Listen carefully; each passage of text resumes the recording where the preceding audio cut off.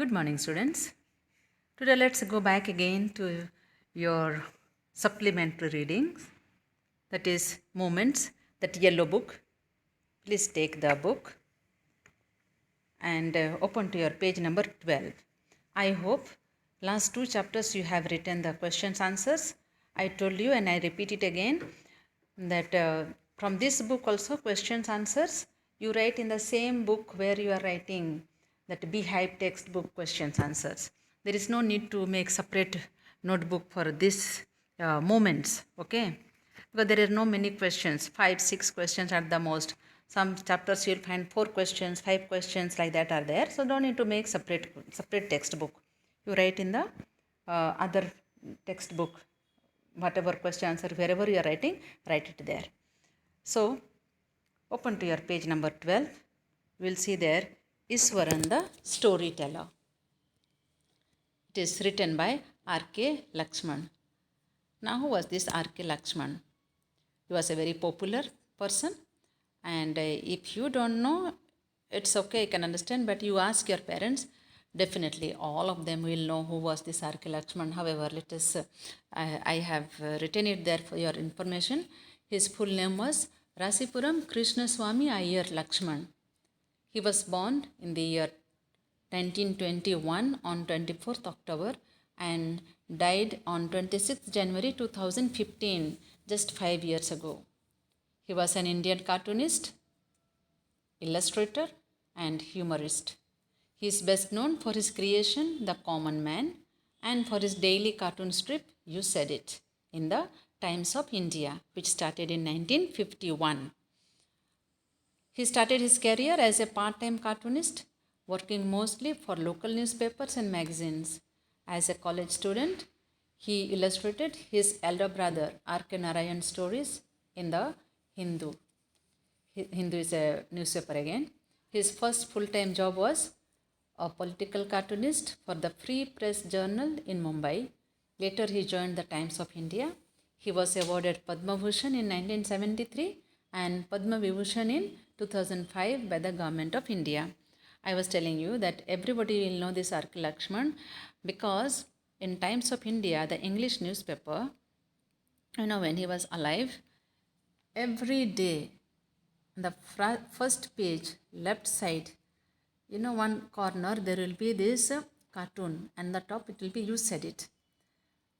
What a beautiful creation of a cartoon he was. He was a great cartoonist, and people, whether they were reading paper or no, but then everybody was interested in knowing what cartoon, what will be today's theme. And he depicted, these cartoons also have some meanings, some aim in drawing these cartoons. He was exposing whether it will be the political issues or social issues, whatever it is, but then it will be there in the newspaper. I have put here 2 cartoon there. You show to your parents, they will know him because he was very famous.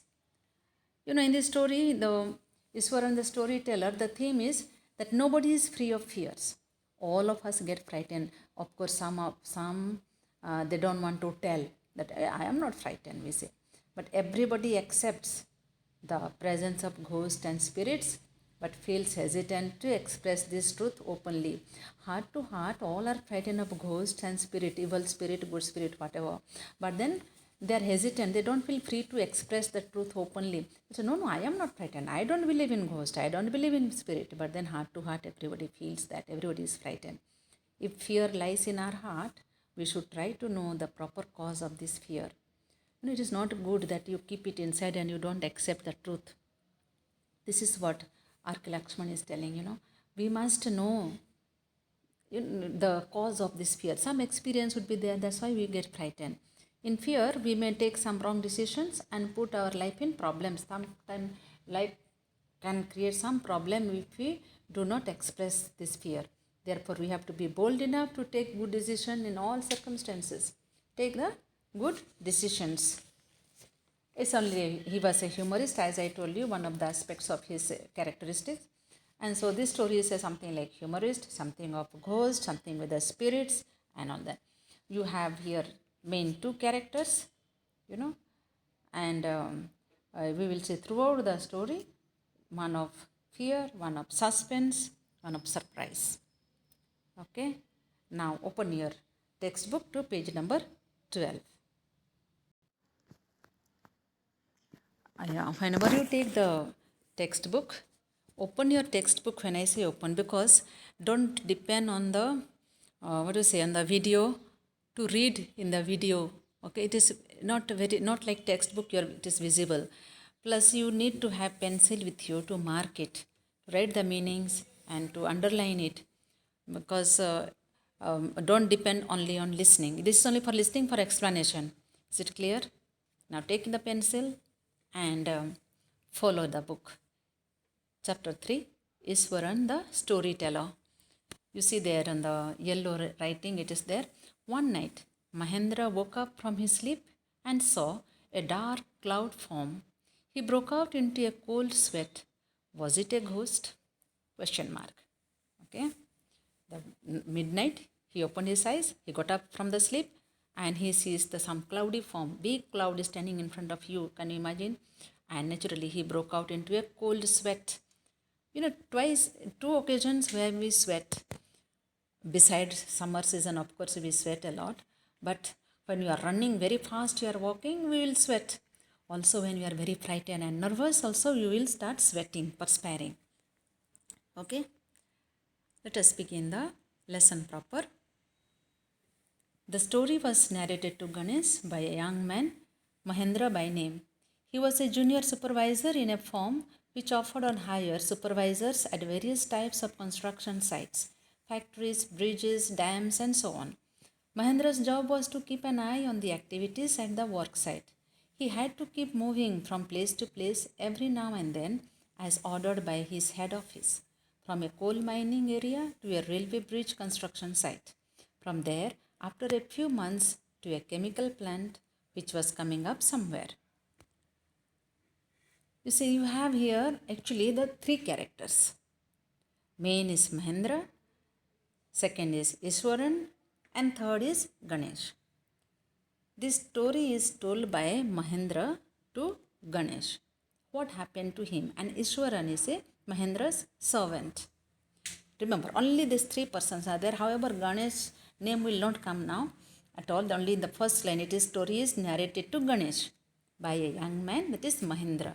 Mahendra was a junior supervisor in a firm, and which offered on hire supervisor. He was a supervisor, and so different construction sites he was going whenever it was needed. It was not a permanent job he had, so he would go wherever the factories were being built, or bridges, or dams, and so on. And so Mahendra had to keep an eye. Keep an eye means to supervise the activities that was going on at the work site.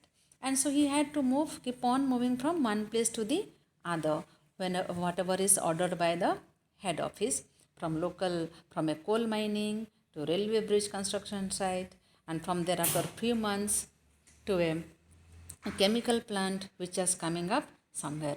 This is how he was going from one place to the other. Okay, this much clear?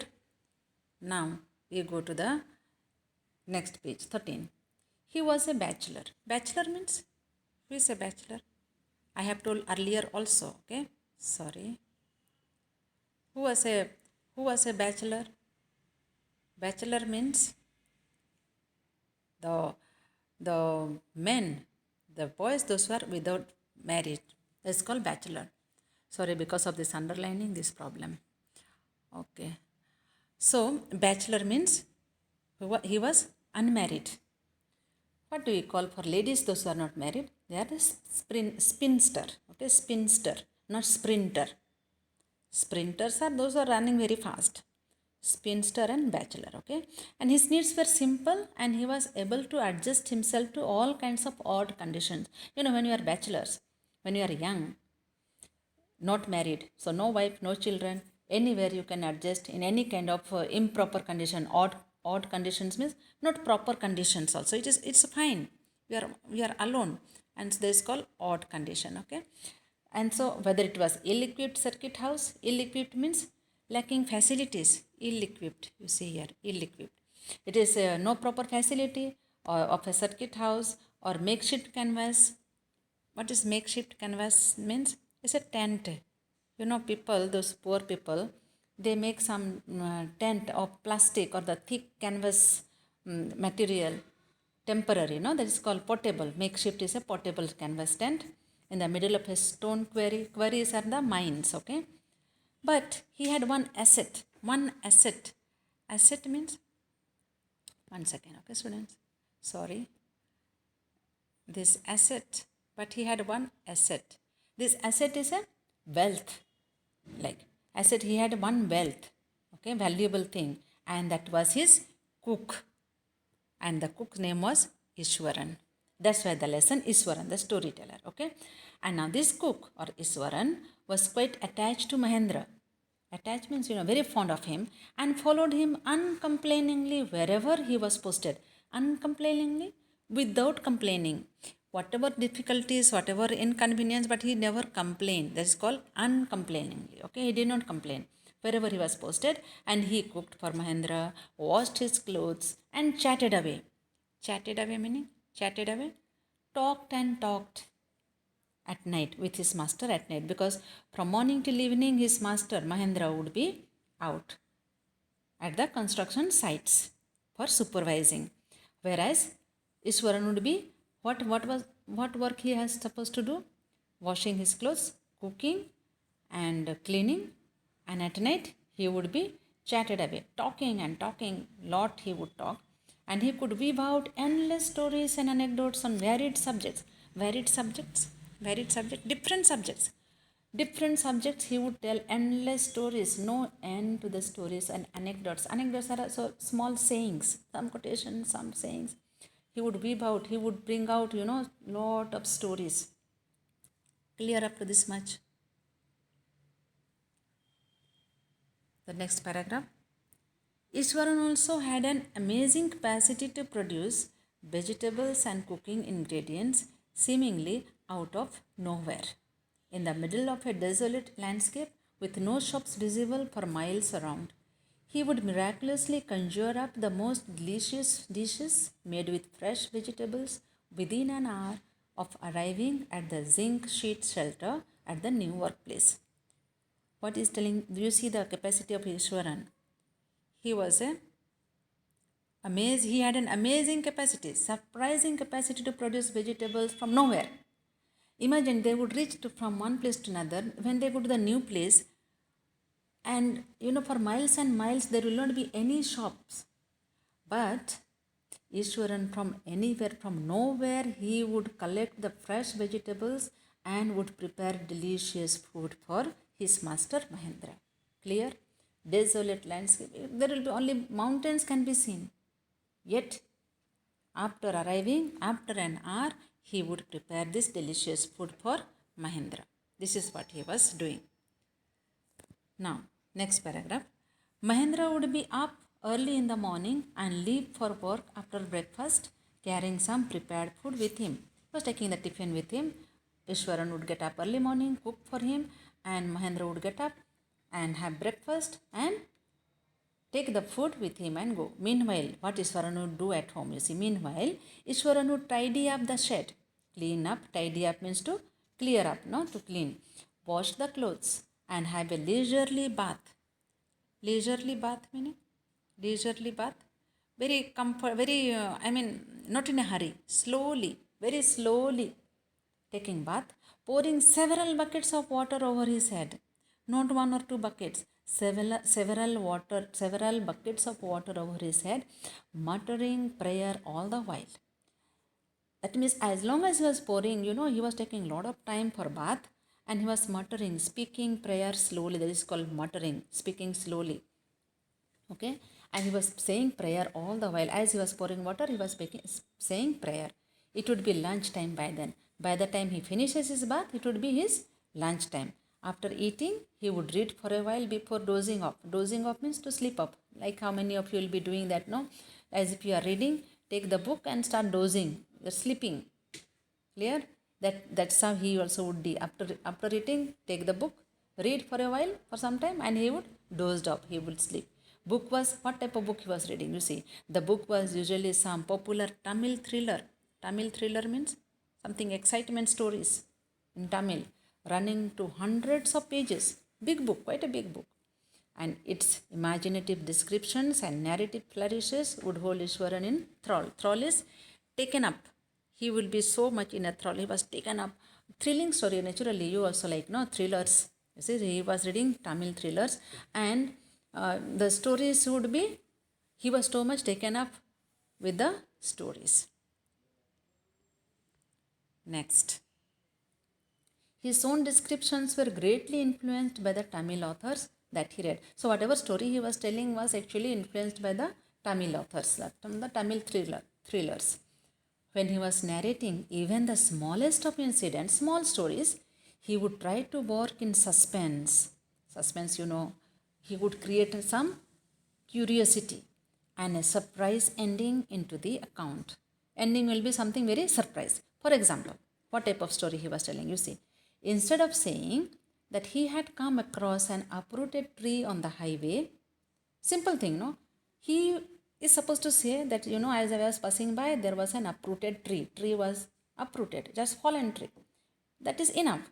But he would say with eyebrows suitably arched. Eyebrows, you know, while you are speaking, some of you, your eyes speak louder than your words, you see. The eyebrows, no, it will suitably arch. Arch means it will going up and down. Okay, arched. Arch shape, and hands held out in a dramatic gesture, with hand lot of pointing out, you know, gesture, action. What he would say, you see, the road was deserted. Deserted means lonely, and I was all alone. Nobody was on the road. Suddenly I spotted something that looked like an enormous bushy beast lying sprawled across the road. Enormous meaning, what is the enormous? Where it is on this, enormous is something huge. Okay, he would say, you know, as I was passing by, I saw something enormous bushy beast. The animal, huge animal having the fur, you call bushy. Okay, lying sprawled. Sprawl is to spread arms and legs across the road. I was half inclined to turn and go back. I was inclined, I thought of going back. I will turn and go back. You know, I was so frightened. But as I came closer, I saw that it was a fallen tree with its dry branches spread out. So dry branches, no, it was looking like something like bushy beasts lying with it, which is spreads arms and legs. Mahendra would stretch himself back into his canvas chair and listen to Iswaran's tales uncritically. All this while, simple thing he would tell in a such a way. And what was the reaction of Mahendra? Mahendra would just stretch himself back on the chair. He would sit there and he was listening to Iswaran's stories. Tales means stories uncritically. Uncritically means without criticizing, without asking, or without contradicting. That is called uncritically. Okay.